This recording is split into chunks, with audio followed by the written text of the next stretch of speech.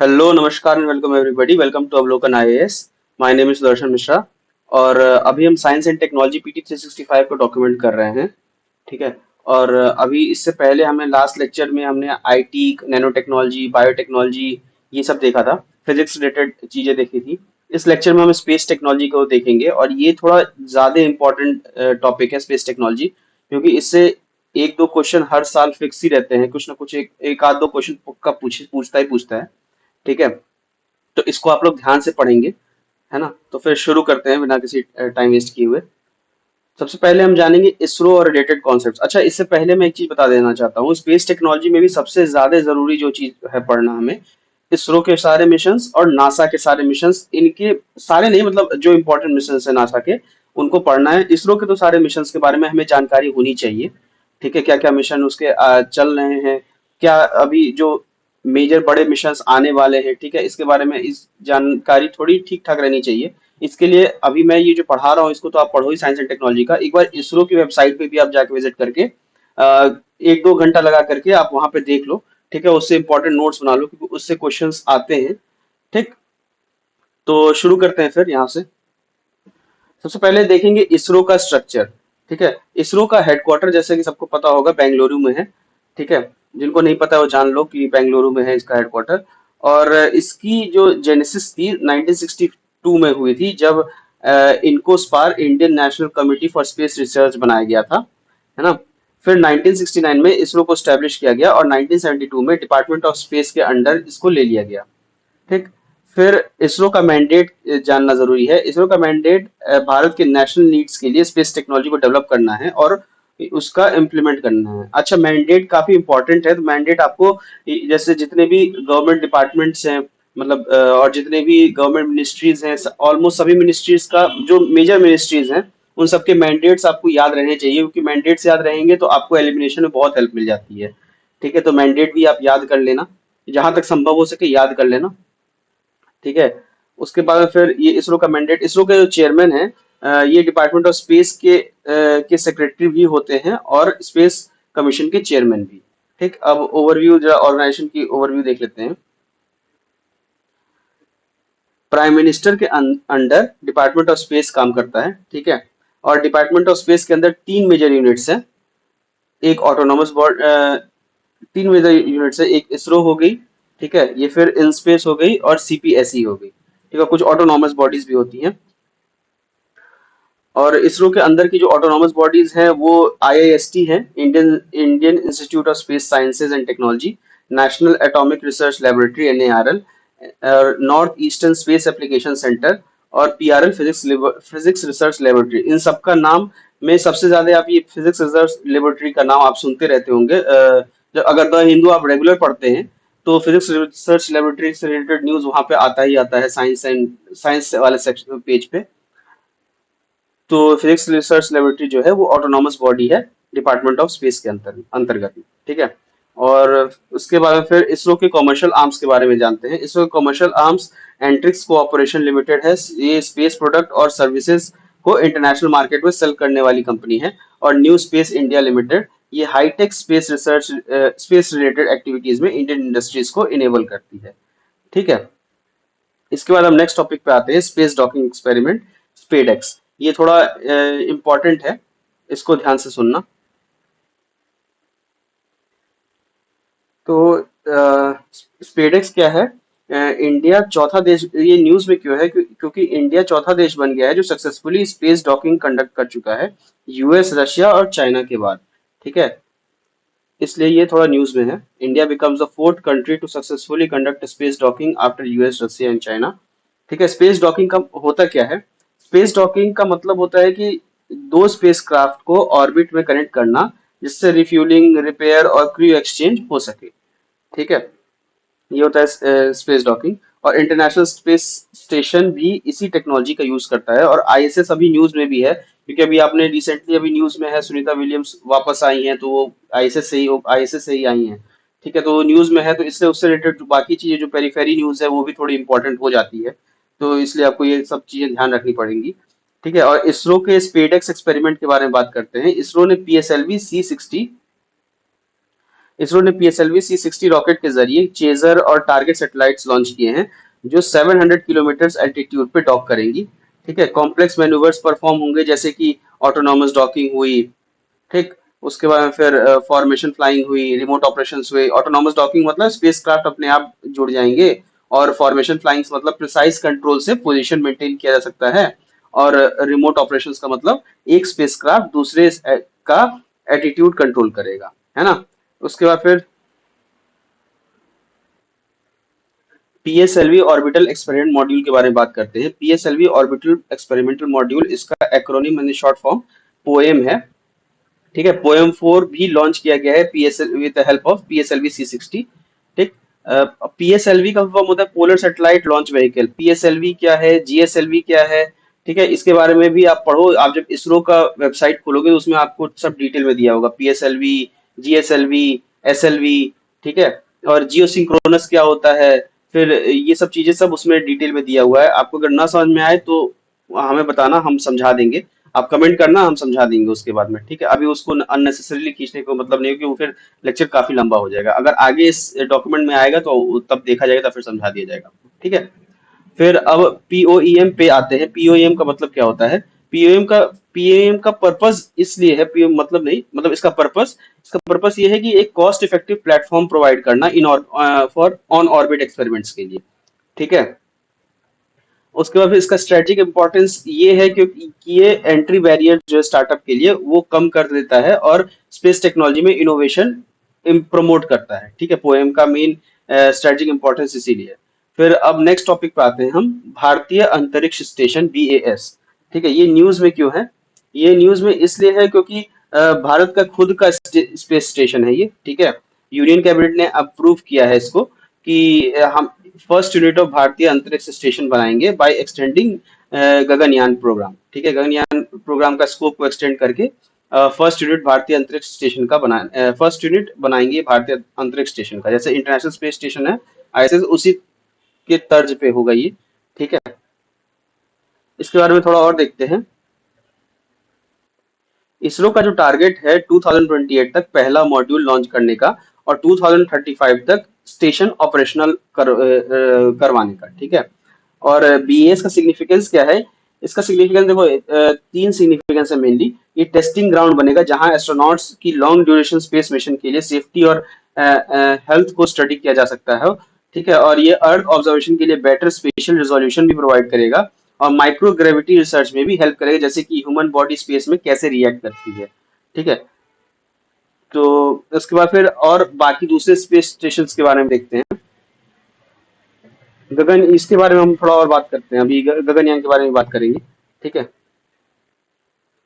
देखो जो इन operative space station हैं वो एक साल्यूट 1 है। ठीक है, ये वर्ल्ड का पहला फर्स्ट स्पेस स्टेशन है लॉन्च्ड बाय सोवियत यूनियन। ठीक, उसके फिर दूसरा इन ऑपरेटिव स्टेशन है स्काईलैब, ये यूएसए का फर्स्ट स्पेस स्टेशन है। ठीक है, ये नासा द्वारा लॉन्च किया गया है। ठीक, ऑपरेटिव स्पेस स्टेशन जो है आईएसएस इंटरनेशनल स्पेस स्टेशन। ठीक है, ये न्यूज में है तो इसलिए इंपॉर्टेंट हो जाता है ये थोड़ा। और ये असेंबल्ड हुआ था 1998 में, और ऑपरेशनल है सिंस 2000। ठीक, और ये मेंटेन है लो अर्थ ऑर्बिट में। ठीक है, by collaboration of 5 space agencies. ये 5 स्पेस एजेंसीज का भी नाम आपको याद रखना है। एक है नासा, यूनाइटेड स्टेट्स की है। फिर रॉसकॉस्मोस, ये रशिया का है। फिर यूरोपियन स्पेस एजेंसी ईएसए। फिर जापानीज एरोस्पेस एक्सप्लोरेशन एजेंसी जक्सा। और सीएसए कनाडा की, कनाडा स्पेस एजेंसी। ठीक, और इसके बाद फिर एक दूसरा स्पेस स्टेशन ऑपरेटिव है वो चाइना का है, टियानगोंग स्पेस स्टेशन। ठीक है, ये 2021 में लॉन्च हुआ था, और ये फुल्ली ऑपरेशनल है सिंस 2022 से। ठीक, अपकमिंग स्पेस स्टेशन कुछ हैं, ये है गेटवे स्पेस स्टेशन। ये नासा लेट गेटवे प्रोग्राम के लिए है। ठीक है, ये ह्यूमैनिटीज, ये पहला स्पेस स्टेशन होगा अराउंड मून। ठीक, उसका फिर दूसरा अपकमिंग स्पेस स्टेशन है एक्सियोम स्टेशन। ठीक है, इट विल बी फर्स्ट, ये पहला कमर्शियल स्पेस स्टेशन होगा वर्ल्ड का। ठीक, अब हम देखते हैं जरा ये पीछे जो रह गया था अपना गगनयान प्रोग्राम के बारे में। ठीक है, ये इंडिया की पहली ह्यूमन स्पेस फ्लाइट मिशन है, मतलब पहली बार ह्यूमंस को इंडिया अपने लेवल, इससे पहले इंडियन जा चुके हैं सबसे पहले, लेकिन पर वो रशिया की मदद से गए थे। ठीक है, पर अभी अब जो हम ये गगनयान प्रोग्राम के थ्रू क्या कर रहे हैं कि हम इंडियंस को अपनी मेहनत से, अपने स्पेस स्टेशन के हेल्प से, अपनी सारी मतलब रिसोर्सेज की हेल्प से ह्यूमंस को स्पेस में भेजने का तैयारी कर रहे हैं, ठीक है। तो और ये इसका ऑब्जेक्टिव क्या है, कि इसका ऑब्जेक्टिव है कि टीम ऑफ एस्ट्रोनॉट्स को और orbit 400 kilometre above the earth surface के लिए, ठीक है, 3 दिन के एक्सपेडिशन पे सेफली वहां पे उनको पहुंचाना और फिर वहां से रिटर्न कराना छोटे ड्यूरेशन में, ठीक है। और इसके लिए एक ये हाफ ह्यूमनॉइड व्योम मित्र भी जाएगा साथ साथ में, ठीक है। तो ये भी ध्यान रखना, ये इंपॉर्टेंट इंफॉर्मेशन है, ठीक। अच्छा, अब इसके टेक्नोलॉजिकल डेवलपमेंट के बारे में बात देख लेते हैं। Human related LVM-3, HLVM-3 rocket का यूज किया जाएगा इसमें, ठीक है, जो सॉलिड लिक्विड और क्रायोजेनिक स्टेज का कॉम्बिनेशन है, जो ह्यूमन रेटिंग रिक्वायरमेंट को मीट करता है, ठीक है। और ये मिशन जो है इंडिया की स्पेस एक्सप्लोरेशन कैपेबिलिटी में एक बड़ा माइलस्टोन होगा और फ्यूचर ह्यूमन स्पेस मिशंस का फाउंडेशन रखेगा, ठीक है। तो यहाँ पे इतना ही हम गगनयान के बारे में जानेंगे। गगनयान के बारे में कई कई समय से बात हो रही है, लास्ट ईयर भी काफी बात हुई है, उससे पहले भी काफी बात हुई है, जब से अनाउंस हुआ है। तो उसके बारे में ऑलरेडी बहुत सारी चीजें हैं और फ्लोटिंग इन्फॉर्मेशन, तो उसके बारे में ज़्यादा डिटेल में जाने की अभी जरूरत है नहीं इस डॉक्यूमेंट के पर्सपेक्टिव से। तो हम आगे मूव करते हैं। हाँ, अब आते हैं वीनस ऑर्बिटर मिशन पे, वोम। वीनस ऑर्बिटर मिशन है क्या? यूनियन कैबिनेट ने इसरो के पहले वीनस मिशन को अप्रूव कर दिया है, ठीक है। Venus orbiter mission as India's maiden, ये पहला इंडिया इंडिया का पहला मिशन है वीनस के लिए, वीनस की तरफ, ठीक है। इसका लॉन्च डेट जो होगा वो मार्च 2028 होगा। और ठीक है, इसमें जो लॉन्च व्हीकल इस्तेमाल होगी, LVM-3 लॉन्च व्हीकल मार्क 3। ये आपको ये सब कौन सी लॉन्च व्हीकल, ये टारगेट डेट आपको याद रखने की जरूरत है, ठीक है। लॉन्च व्हीकल याद रखने की जरूरत है, और की पेलोड्स का अगर आपको नाम याद हो जाए तो ठीक है, नहीं याद होता है तो कोई उसके लिए टेंशन लेने वाली बात नहीं है, ठीक है। लेकिन कोशिश करना याद हो जाए आपको तो ज्यादा बेहतर रहेगा, ठीक है। Launch vehicle mark 3, LVM-3। और की पेलोड्स इसके हैं: Venus advance radar for top slide ionosphere and सब सरफेस सराउंडिंग वार्टिसिस, इसका नाम है, ठीक है। और वोडेक्स, वार्टिसिस और वोडेक्स, बस ये एक्रोनिम आप याद कर लेना, ये फुल फॉर्म नहीं पूछने वाला आपसे, पूछने मतलब बगल में दे के पूछ सकता है, लेकिन फुल ये एक्रोनिम याद रहेगा तो काफी काम चल जाएगा इससे आपका, ठीक है, प्रीलिम्स के लिए, ठीक। इसके फिर ऑब्जेक्टिव्स क्या है, इसके ऑब्जेक्टिव्स रह गया। ऑब्जेक्टिव्स इसका ये है कि वीनस के एटमॉस्फेयर को स्टडी करना, ठीक है। उसके बाद फिर सोलर एक्सरे और उसके सरफेस की मैपिंग भी करना, और सोलर एक्सरे स्पेक्ट्रम को एनालाइज करना, और सब सरफेस कैरेक्टरिस्टिक्स को इन्वेस्टिगेट करना। ये मेजर इसके 3 ऑब्जेक्टिव्स हैं, ठीक है। तो फिर से एक बार देख लेते हैं। देखो, सबसे पहला ऑब्जेक्टिव है कि सरफेस की टोपोग्राफी को मैप करना, यानी इसके सरफेस के बारे में, वीनस के एटमॉस्फेयर और उसके सरफेस के बारे में की एटमॉस्फेयर की मैपिंग करना। देखो, एग्जामिंग डस्ट, तो एटमॉस्फेयर की मैपिंग करना इन द विनोशियन एटमॉस्फेयर। दूसरा इसका ऑब्जेक्टिव है स्टडी सोलर एक्सरे स्पेक्ट्रम। और तीसरा इसका है सब सरफेस कैरेक्टरिस्टिक्स के बारे में पढ़ना, ठीक है। तो ये हो गया आपका वीनस ऑर्बिटर मिशन का ऑब्जेक्टिव, ठीक। अब कुछ वीनस के बारे में देख लेते हैं, कुछ फैक्ट्स। देखो, वीनस और अर्थ को ट्विन प्लैनेट्स बुलाया जाता है, ठीक है। ये ध्यान रखना, ये फैक्ट है, वीनस और अर्थ को ट्विन प्लैनेट बुलाया जाता है क्योंकि दोनों के साइज और शेप मिलता जुलता है। और ये फैक्ट इसलिए याद जरूरी है कि अभी 2024 का पेपर आपने देखा होगा तो काफी फैक्टली भी चीजें आई थी, तो ये चीज ध्यान रखना, कुछ फैक्ट्स आपको याद रखने जरूरी है, ठीक। और ये सबसे हॉटेस्ट प्लैनेट है क्योंकि इसका एटमॉस्फेयर एक रनवे ग्रीन हाउस का इफेक्ट क्रिएट करता है, और इसके क्लाउड्स में टॉक्सिक सल्फ्यूरिक एसिड पाए जाते हैं, ठीक है। Permanently shrouded in thick toxic cloud of sulphuric acid, ठीक। फिर फॉस्फीन भी इसमें, phosphine a possible indicator of microbial life has been observed in the clouds, मतलब इनके क्लाउड में फॉस्फीन नाम का एक केमिकल भी पाया गया है, ठीक है। एक और अगला फैक्ट है कि वीनस और यूरेनस दोनों planet rotates from east to west, मतलब ईस्ट से वेस्ट रोटेट करते हैं, और नॉर्मली नॉर्मली जो प्लैनेट्स हैं वो वेस्ट टू ईस्ट रोटेट करते हैं, ठीक है। वेस्ट से ईस्ट रोटेट करते हैं और ये ईस्ट टू वेस्ट रोटेट करता है, ठीक है। तो ये इंपॉर्टेंट फैक्ट है, ये भी ध्यान पे रखना, ये, ठीक। ज्योग्राफी में घुमा के पूछ सकता है इसमें। तो यहाँ पे वीनस का वो मिशन खत्म होता है, वीनस ऑर्बिटर मिशन। फिर नेक्स्ट टॉपिक पे हाँ आते हैं अलग। अच्छा, एक और कुछ मिशंस भी हैं पास्ट के, तो वो भी देख लो। मैरिनर टू, इंडिया पहला इंडिया का पहला मिशन है, लेकिन इंडिया पहला मिशन, पहला कंट्री नहीं है जो मिशन लॉन्च कर रहा है वीनस पे। ठीक है। और मैरिन इससे पहले मैरिनर टू 1962 में यूएसए ने लॉन्च किया था। फिर वेनेरा 7 1970 में सोवियत यूनियन ने लॉन्च किया था। फिर मैगेलन 1990 में यूएसए का आया था। फिर ठीक है। उसके अलावा फिर और दूसरी कंट्रीज हैं, अकात्सुकी जापान ने लॉन्च किया था। ठीक है। फिर फ्यूचर मिशंस जो हैं, जो इसके लिए हैं वीनस के लिए, नासा की डाविंसी, ठीक है, Venus flyby and probe mission and Veritas orbiter mission. फिर एनविजन ईएसए यानी यूरोपियन स्पेस एजेंसी का वीनस मिशन। ठीक है। तो ये सब मिशन टू वीनस है। आपको वीओएम के बारे में ज्यादा ध्यान पे रखना है, और नासा की कौन सी फ्यूचर मिशन है ये याद रखना है। ठीक है। ईएसए का भी याद, यूरोपियन स्पेस एजेंसी भी जरूरी आती है, क्योंकि सबसे देखो स्पेस एजेंसी में आपको सबसे ध्यान से सारे मिशन, इसरो के तो आपको ध्यान पे रहने ही चाहिए। दूसरा जो सबसे इम्पोर्टेंट है वो है आपका नासा। फिर तीसरा जो सबसे इम्पोर्टेंट स्पेस एजेंसी जिसके मिशन आपको ध्यान पे रखने चाहिए वो है यूरो जक्सा। फिर चौथा है यूरोपियन स्पेस एजेंसी। ठीक है। इन इन चार स्पेस एजेंसीज के आपको याद रहे, मतलब ध्यान पे रहने चाहिए। ये इम्पोर्टेंट है यूपीएससी के पॉइंट ऑफ व्यू से, ऐसे करके। फिर अब आयत एल वन पे आते हैं। आयत एल वन के बारे में काफी बात हुई है पास्ट में भी, तो उसको भी देख लेते हैं।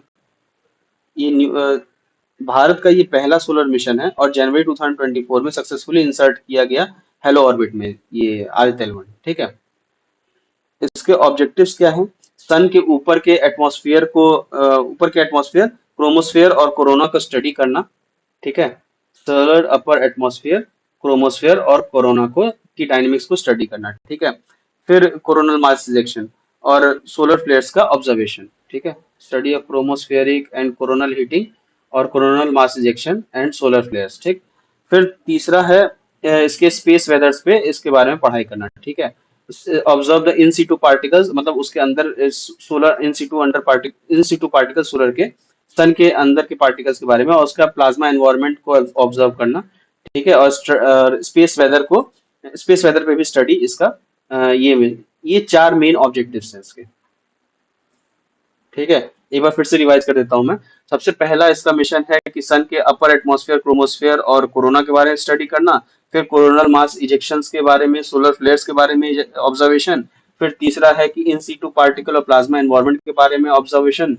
और चौथा है स्पेस वेदर के स्टडी ड्राइवर्स पे स्टडी करना। ठीक है। और इसके पेलोड के बारे में बात करते हैं, तो इसमें 7 पेलोड्स हैं। ठीक है। एक है वीईएलसी। ठीक। उसके बाद फिर solar ultraviolet imaging telescope suite, और इसके अलावा 5 और हैं। ठीक है। वो भी बता देता हूँ। इसके बाद जो अगला पेलोड इंस्ट्रूमेंट है उस वो है solar low energy X ray spectrometer, SoLEXS. ठीक है। इसका फंक्शन होगा सॉफ्ट एक्सरे स्पेक्ट्रोमीटर, और sun as a star observation करने के लिए। ठीक है। उसके बाद फिर एक अगला है फिर Helios high energy L one orbiting X ray spectrometer. इसके बाद में फिर एक Aditya solar wind particle experiment aspects है। फिर plasma analyser package for Aditya, जिसको पापा कहते हैं। ठीक है। उसके बाद फिर advanced tri axial high resolution digital magnetometer, ये सोलर मैग्नेटिक फील्ड के लिए। ठीक है। तो ये 7 पेलोड्स हो गए आदित्य एल वन के। ठीक है। तो अब जानते हैं कि हेलो ऑर्बिट्स क्या है। तो हेलो ऑर्बिट्स एक तरह के पीरियोडिक और 3 डायमेंशनल ऑर्बिट्स होते हैं, जो दो प्लैनेटरी बॉडीज के ग्रेविटेशनल पुल और सेंट्रीफ्यूगल फोर्स के इंटरैक्शन से बनते हैं। ठीक है। और ये ऑर्बिट्स किसी भी थ्री बॉडी सिस्टम में एग्जिस्ट कर सकते हैं, जैसे अर्थ, मून और ऑर्बिटिंग सैटेलाइट सिस्टम।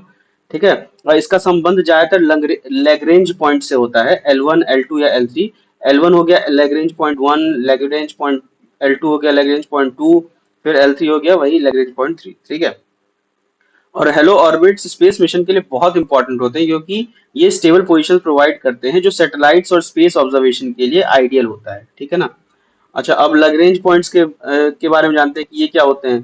तो ये ऐसे पॉइंट्स होते हैं जहां ग्रेविटेशनल पुल और सेंट्रीफ्यूगल फोर्स बैलेंस हो जाती है। ठीक है। जैसे स्पेस स्टेबल हो जाए, क्योंकि अगर मान लो अगर अनस्टेबल पोजीशन पे रहेगा स्पेसक्राफ्ट, अगर लगातार घूम रहा है, यहाँ पे ग्रेविटेशनल पुल ज्यादा होगी तो फिर वो बॉडी जिस सपोज अर्थ अर्थ और इसके बीच में क्या कहते सन मून के बीच में घूम रहा है, ठीक है, earth moon orbiting satellite system है।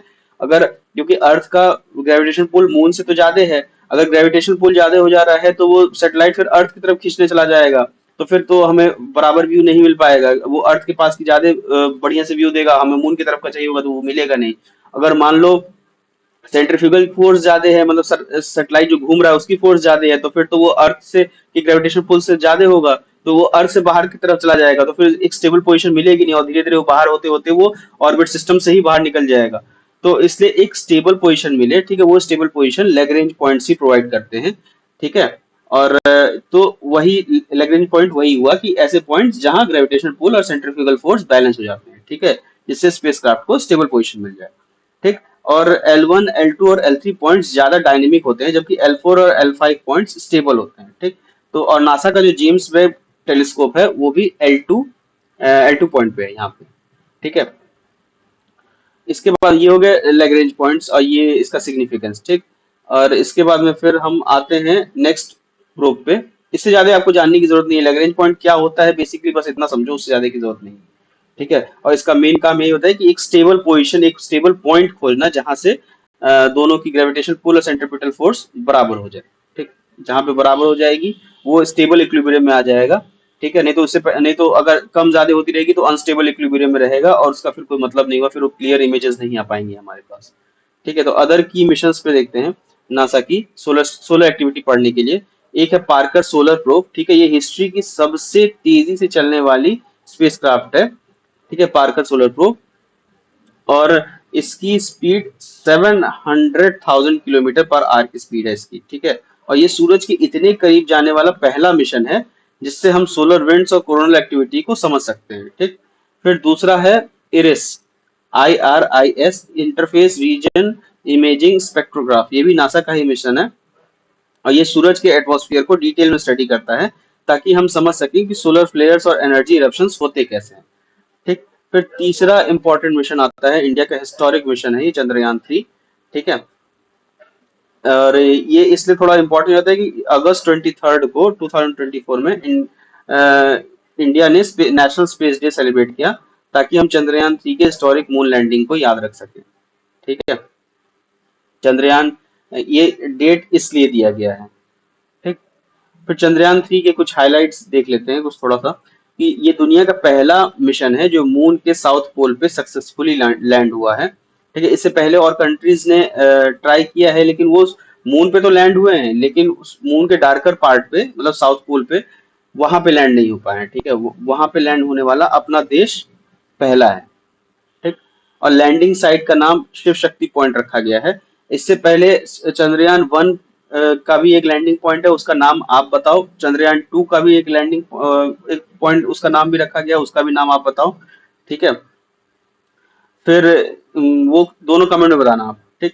ये तीसरा जो है चंद्रयान 3 का लैंडिंग पॉइंट, उसका शिव शक्ति पॉइंट नाम रखा गया है, ठीक है।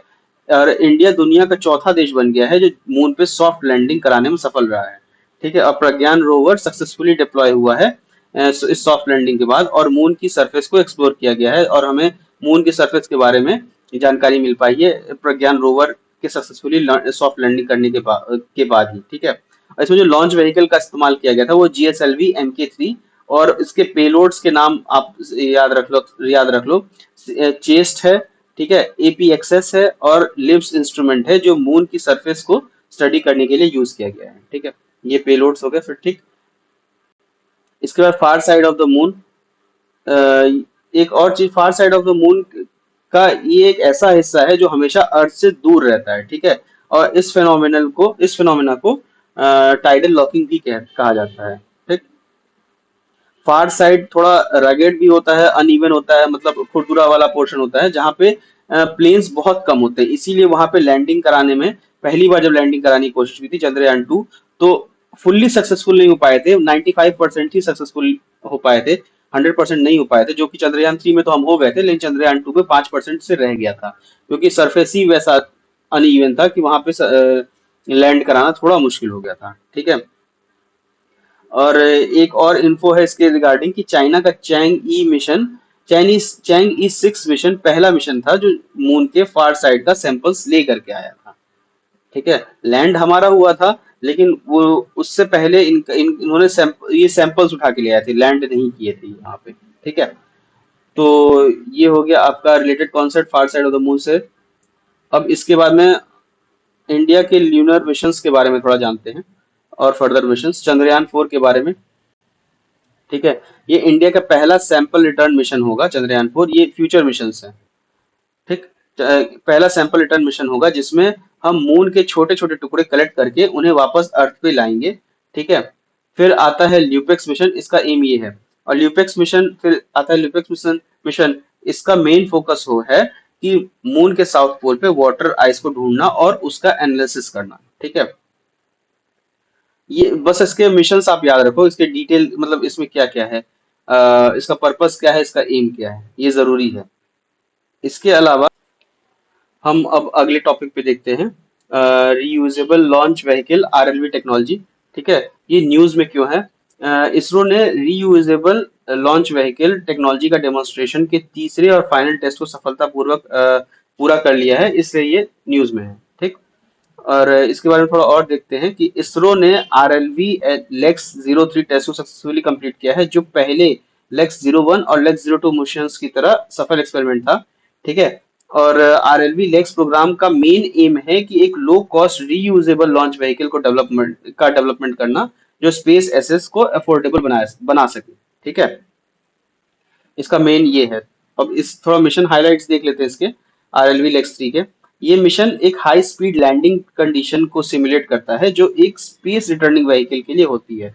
ठीक। अभी एक से एक जो स्पेस रिटर्न करते हैं, स्पेस रिटर्निंग व्हीकल। ठीक है। तो वो काफी ज्यादा स्पीड में आ रही होती है, तो उसका स्पीड कंट्रोल करना, फिर उसको सेफली लैंड करवाना पृथ्वी पे। ठीक है। क्योंकि बाहर में ग्रेविटेशन फोर्स उतना नहीं होता, फिर बाहर से जब कोई भी ऑब्जेक्ट अंदर आता है तो ग्रेविटी का भी फोर्स लगता है, उसका खुद का भी एक्सलेशन होता है, तो थोड़ी और एयर का ड्रैग लगता है, काफी ज्यादा फोर्सेस लगते हैं उसमें। तो वो सब थोड़ा उसके अंदर जो आदमी बैठा है वो थोड़ा आराम से, या जो भी इंसान बैठा है उसके अंदर, वो आराम से उतर सके पृथ्वी पे, आराम से आ सके पृथ्वी पे। तो काफी ज्यादा टेस्ट उससे पहले किए जाते हैं, तो वही एक तरह से ये। और कोई भी, और फिर व्हीकल को भी, जो जिस व्हीकल से आया है वो डिस्ट्रॉय ना हो जाए कंप्लीटली, क्योंकि अर्थ के सरफेस के अंदर आएगा,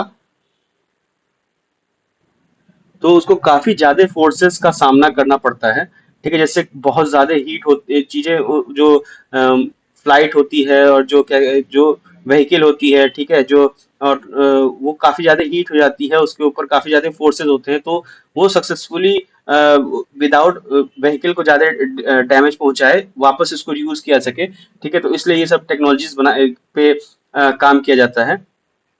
ठीक है। तो ये RLV लेक्स 3 मिशन हाइलाइट्स ये बता दिया मैंने आपको। फिर इसमें विंग्ड व्हीकल पुष्पक का टेस्ट किया गया है। ठीक है। जो स्पेसएक्स के फैल्कॉन 9 से अलग है, क्योंकि फैल्कॉन 9 जो है वर्टिकली लैंड करता है, जबकि पुष्पक जो है हॉरिजॉन्टली ग्लाइड करता है। ठीक। तो इसके बाद में फिर हम आते हैं RLV-TD vehicle, future of reusable space technology. ठीक है। इसरो का RLV technology demonstrator TD vehicle. ठीक। RLV-TD जो है ये एक फ्लाइंग टेस्ट बेड है, जो हाइपरसोनिक फ्लाइट्स, ऑटोनॉमस लैंडिंग्स और पावर्ड क्रूज फ्लाइट्स जैसे टेक्नोलॉजीज को टेस्ट करेगा। ठीक है। और ये एक एयरक्राफ्ट जैसा दिखता है, जिसमें फ्यूलेसेज यानी body, nose cap, double delta wings और ट्विन वर्टिकल टेल्स होती हैं। इसका फोटो भी एक द हिंदू में पब्लिश किया था, जो उन्होंने द हिंदू पढ़ा है उनको ध्यान पे आ रहा होगा। फोटो नहीं आ रहा है तो 1 मिनट में दिखाता हूँ उसका फोटो आपको। देखो, इसका इमेज कुछ ऐसा दिखता है। ये इसरो का RLV-TD vehicle, reusable space technology वाली व्हीकल है ये। ठीक है। ये लेक्स टू के एक्सपेरिमेंट का है ये। ठीक है। तो ये एयरक्राफ्ट जैसे दिखता है, जिसमें फ्यूलेज यानी ये बॉडी होती है। ठीक है। नोज कैप होता है, ये नोज कैप होता है। ठीक है। और डबल डेल्टा विंग्स होते हैं, एक ये विंग एक उस साइड। ठीक है। और ट्विन वर्टिकल टेल्स होती हैं, ये दो ट्विन वर्टिकल टेल्स। ठीक है। और फ्यूचर में ये एक full fledged reusable orbital launch vehicle बनाया जाएगा, जिसमें ये इंडिया का पहला 2 स्टेज रियूजेबल लॉन्च व्हीकल होगा। ठीक है। तो ये रियूजेबल लॉन्च व्हीकल है। अब नेक्स्ट टॉपिक पे हम आते हैं, अर्थ ऑब्जर्वेशन सैटेलाइट्स पे।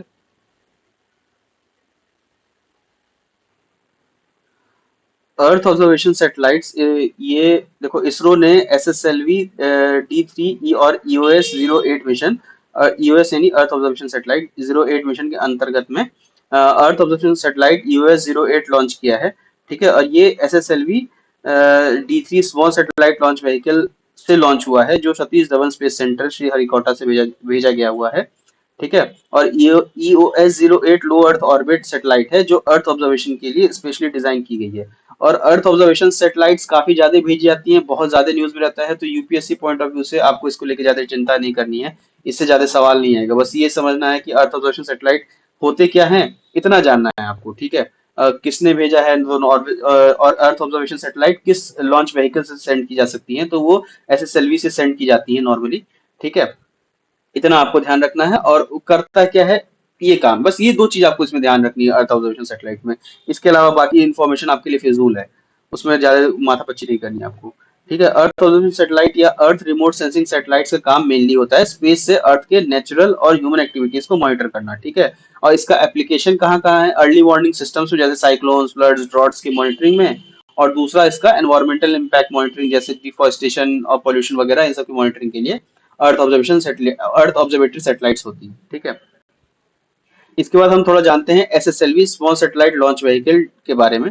ठीक है, ये थर्ड डेवलपमेंटल फ्लाइट है एसएसएलवी की, small satellite launch vehicle D3, ये जो D3 वाला पोर्शन है इसके बारे में बस बता रहा हूँ मैं। ठीक है, और इसकी कैपेबिलिटी है mini satellites, micro satellites, nano satellites. ठीक है, 10 से 500 किलो तक के मास के सैटेलाइट्स को 500 किलोमीटर के प्लैनर ऑर्बिट तक पहुंचाना। ठीक है, और ये 3 सॉलिड फ्यूल बेस्ड स्टेजेस इसमें होते हैं। ठीक है, और एक final liquid based fuel stage होता है इसमें, यानी दो स्टेज के एसएसएलवी होते हैं, एक सॉलिड फ्यूल, एक लिक्विड फ्यूल का। ठीक है, इसके बेनिफिट्स क्या हैं, इसके लो कॉस्ट होता है। ठीक है, लो टर्न अराउंड टाइम मतलब एक बार भेजने का तुरंत दूसरा फिर जल्दी भेज सकते हैं।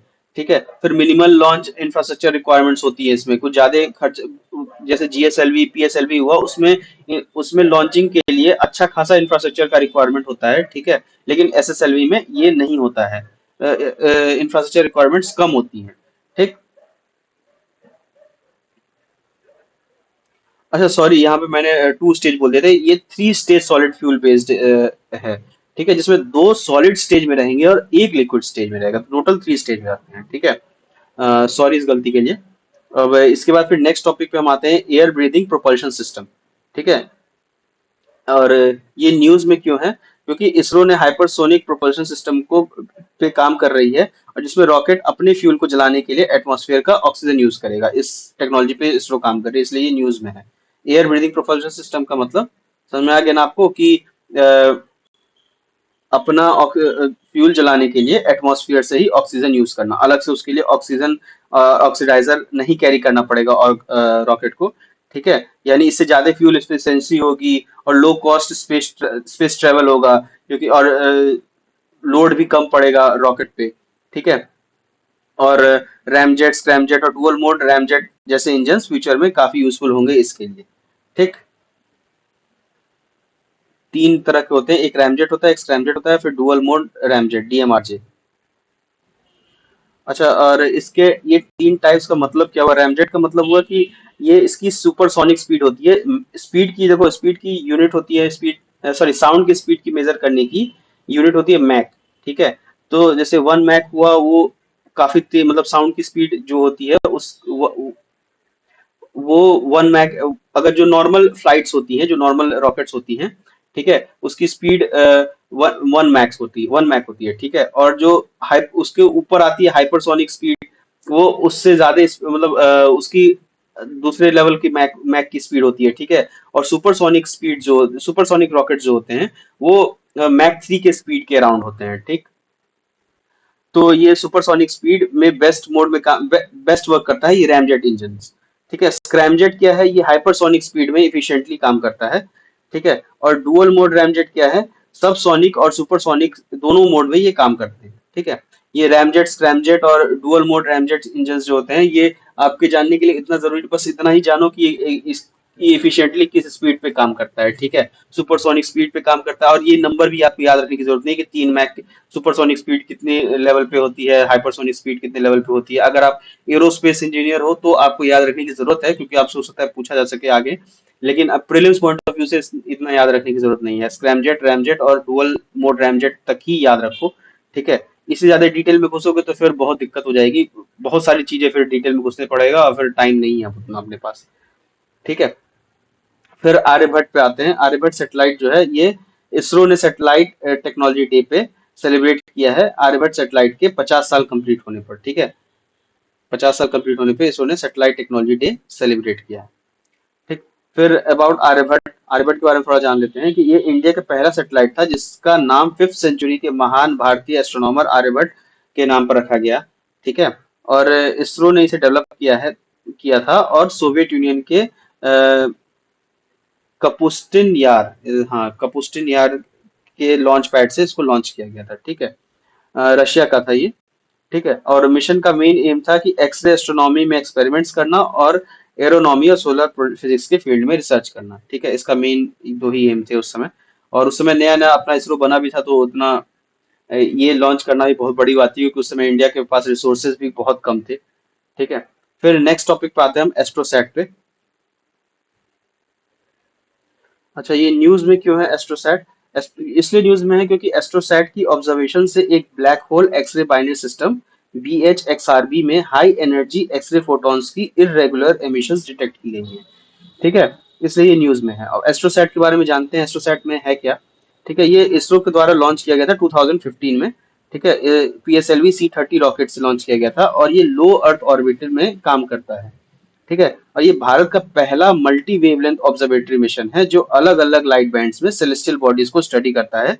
अलग अलग लाइट बैंड्स जैसे एक्सरे हुआ, ऑप्टिकल हुआ, फिर यूवी स्पेक्ट्रल बैंड्स हुए, ठीक है।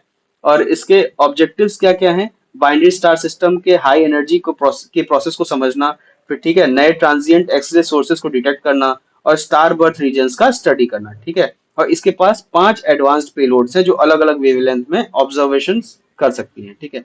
उन 5 वेव पेलोड्स का नाम जानना उतना इंपॉर्टेंट है नहीं, ठीक। फिर नेक्स्ट टॉपिक पे हम आते हैं, तृष्णा पे, ठीक है। तृष्णा क्या है? ये Indo French thermal imaging mission, ठीक। इसरो और CNES ने फ्रेंच स्पेस एजेंसी की पार्टनरशिप के बारे में है ये, ठीक है। तृष्णा यानी फुल फॉर्म इसका thermal infrared imaging satellite for high resolution natural resource assessment, ठीक है। ये इसका पूरा फुल फॉर्म है। और असेसमेंट मिशन एक इंडो फ्रेंच कोलैबोरेशन के स्पेस मिशन है, Indo French collaborative space mission है, ठीक है। और तृष्णा मिशन के ऑब्जेक्टिव्स क्या क्या हैं? इसके ऑब्जेक्टिव्स हैं, एक तो अर्थ के एनर्जी और वाटर साइकिल को मॉनिटर करना, ठीक है। दूसरा कॉन्टिनेंटल बायोस्फीयर में वाटर स्ट्रेस और वाटर यूसेज को क्वांटिफाई करना, मतलब कितना वाटर स्ट्रेस यूज हो रहा है, कितना वाटर स्ट्रेस हो रहा है और कितना वाटर यूसेज हो रहा है, उसको उसकी क्वांटिटी बताना, क्वांटिफाई करना मतलब उसकी क्वांटिटी बताना। लेमन भाषा में समझो तो एक तरह से न्यूमेरिकल भाषा उसका बताना कि हाँ इसमें आज जैसे एग्जाम्पल, जैसे आज 5 लीटर पानी इस्तेमाल, 5 लीटर ही नहीं हो तो एग्जाम्पल के तौर पर बता रहा हूँ, वो तो MGD में होता है, मेगा गैलियंस पर डे, इन सब में वाटर का लेवल को उसे मेजर किया जाता है। उससे भी ऊपर बड़े हाई यूनिट्स होते हैं। तो जैसे मैं एग्जाम्पल के तौर पर बता रहा हूँ, क्वान्टिफाई करने का मतलब कितना यूज हुआ, 5 लीटर यूज हुआ, 10 लीटर, 15 लीटर, 20 लीटर, 5 MGD या 500 MGD या 5000 MGD, ऐसे, ठीक है। तो ये करना। फिर दूसरा हाई रिजोल्यूशन थर्मल इमेजिंग के जरिए वाटर क्वालिटी और वाटर डायनेमिक्स का स्टडी करना, फिर ठीक है। और इसके बाद में फिर ये ऑपरेट कैसे करेगा? ये ऑपरेट सन सिंक्रोनस ऑर्बिट में काम करेगा, ठीक है। और जिसमें सैटेलाइट हमेशा एक फिक्स सोलर एंगल, इसमें क्या होता है कि सैटेलाइट हमेशा एक फिक्स सोलर एंगल पे रहता है, ठीक है। और ये एक स्पेशल पोलर ऑर्बिट है जो अर्थ के रोटेशन के साथ सिंक्रोनाइज होता रहता है, जैसे जैसे अर्थ का रोटेशन होगा वैसे वैसे ही उसी तरह से इसका भी रोटेशन होगा, सिंक्रोनाइज हो जाएंगे दोनों आपस में। सिंक्रोनाइज मतलब का समझ रहे हो ना, जैसे ऐसे समझो कि, एक सेकंड में बता रहा हूँ, जैसे यहाँ से अर्थ रोटेट कर रहा है, ठीक है, और ये अर्थ रोटेट कर रहा है वेस्ट टू ईस्ट, ठीक। और उसके साथ में ही सैटेलाइट भी रोटेट कर रहा है वेस्ट टू ईस्ट, ठीक है। सिंक्रोनाइज होते होते धीरे धीरे एक साथ, जैसे जैसे ये रोटेट करेगा वैसे ही वैसे ये भी रोटेट करेगा, फिर धीरे धीरे सिंक्रोनाइज हो जाएंगे दोनों, ठीक है। जिस स्पीड से ये होगा उस स्पीड से ये भी होने लगेगा, तो एक साथ ही होने लग जाएंगे दोनों, ठीक है ना। तो ये सिंक्रोनाइजेशन का मतलब हो गया। फिर आज के इस लेक्चर को यही खत्म करते हैं। ये नेक्स्ट पोर्शन जो है ये हम नेक्स्ट लेक्चर में देखेंगे, national information system for climate and environment studies. ठीक है, नाइसेस प्रोग्राम। तो आप लोग इतना पढ़िए फिर। ठीक है, और जो ना समझ में आए जैसा मैंने बताया है आप उसमें कमेंट करके भी पूछ सकते हो, आप इंस्टाग्राम पे डीएम करके भी पूछ सकते हो, जो व्हाट्सएप नंबर दिया है वहां पे मैसेज करके भी पूछ सकते हो। ठीक है, तो मिलते हैं फिर नेक्स्ट लेक्चर में, तब तक के लिए स्टे हेल्दी। एग्जाम पास आ रहा है, बीमार मत पड़ना। ठीक है, धन्यवाद एंड जय हिंद।